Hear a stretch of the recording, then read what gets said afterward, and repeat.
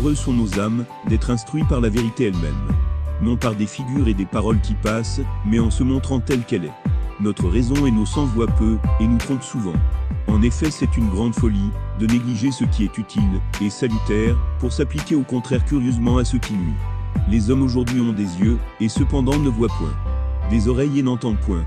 Mais nous, nos âmes sont bien heureuses parce que, celui à qui parle la sagesse personnifiée, est délivré de bien des opinions. Tout vient de cette sagesse unique de Yahvé. D'elle procède toute parole pure et sainte, et toute vérité entière. La sagesse, l'Esprit Saint féminin de Yahvé, en est le principe. Et quand arrive la tentation, c'est sa voix qui retentit au-dedans de nous. Sans elle, aucune intelligence, sans elle, aucun jugement n'est droit. Yahvé est celui pour qui, sa sagesse est tout, qui rappelle tout à elle, et voit tout en elle.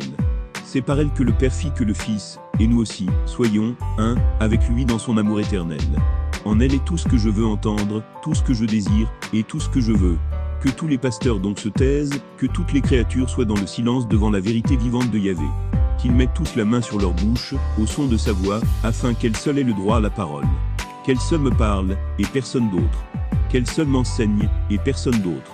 C'est par toi que j'ai pu me recueillir en moi-même, et me dégager des choses extérieures.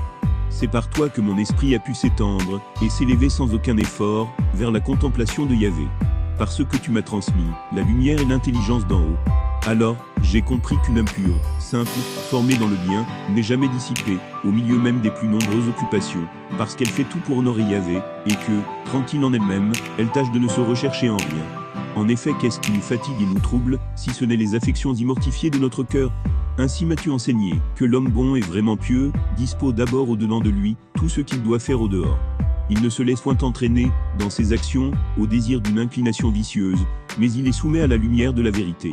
Ainsi, qui a un plus rude combat à soutenir, que celui qui travaille à se vaincre soi-même. Et donc c'est là, ce qui devrait occuper tout homme.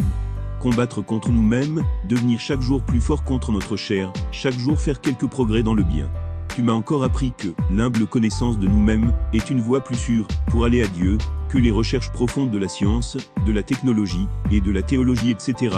Ce n'est donc pas qu'il faille blâmer la science, ni la simple connaissance d'aucune chose, car elle est bonne en soi et dans l'ordre de Yahvé. Seulement, on doit toujours préférer la conscience pure et la vie sainte.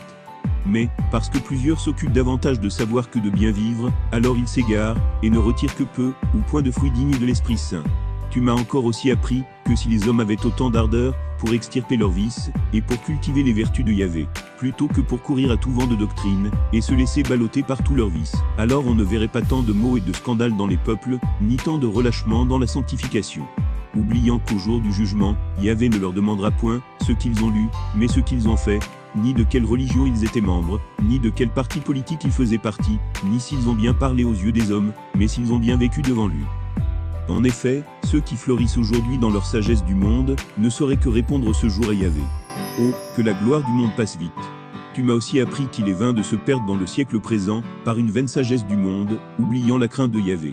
Qu'il vaut mieux être humble que d'être grand, de peur de s'évanouir dans nos pensées. Et que je serai vraiment grand, en étant petit à mes propres yeux, car la plus grande gloire de ce monde n'est qu'un pur néant.